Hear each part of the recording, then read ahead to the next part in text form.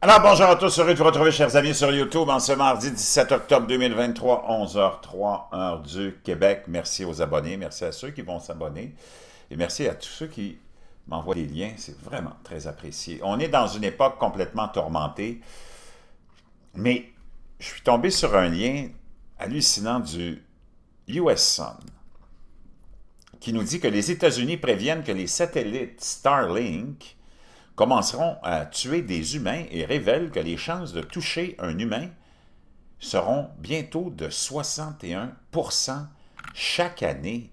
La Federal Aviation Administration, la FAA, s'est prononcée sur les dangers des satellites Starlink pouvant potentiellement blesser des humains sur Terre. D'ici 2035, ça a été publié le 13 octobre, donc vendredi 13. D'ici 2035, les débris d'objets en orbite terrestre, comme les satellites Starlink et les autres, j'imagine, pourraient tomber et blesser ou tuer quelqu'un, a déclaré la FAA dans un rapport au Congrès américain.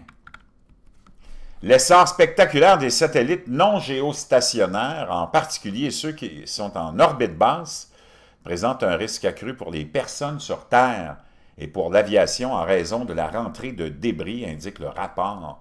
Dans le document, la FAA affirme qu'environ 28 000 fragments des satellites Starlink pourraient survivre dans l'atmosphère terrestre et atteindre la terre ferme.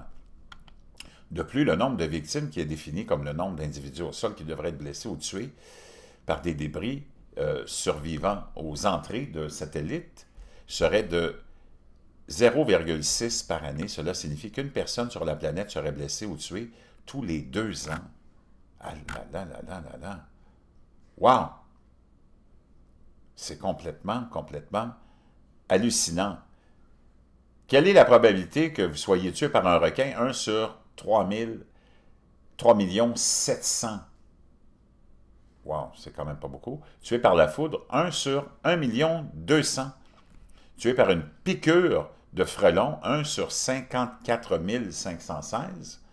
Tué dans un incendie, 1 sur 1287, une chance sur 1287, et tué dans un accident de voiture, une chance sur 101.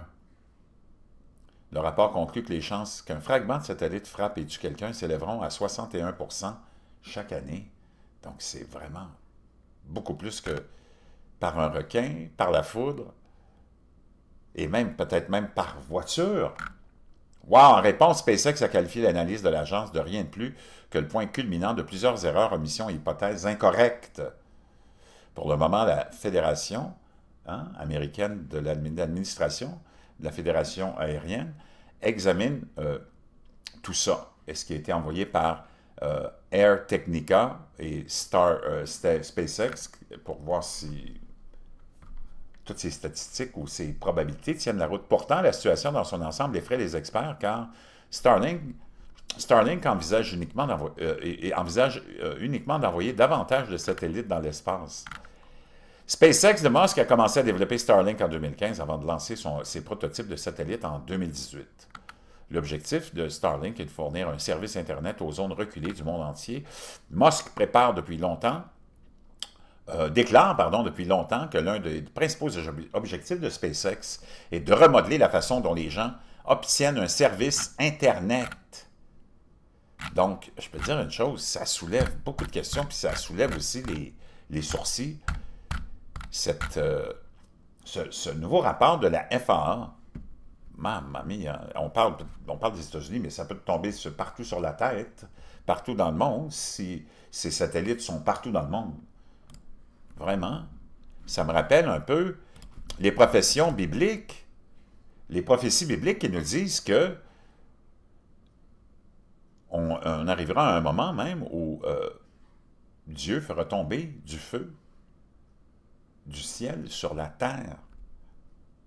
Je vous laisse ça dans la boîte de description. C'était vraiment gardé en mémoire que tu peux peut-être 61% des chances qu'un humain meure d'un débris de satellite. On parle de Starlink ici, mais j'imagine que les autres aussi.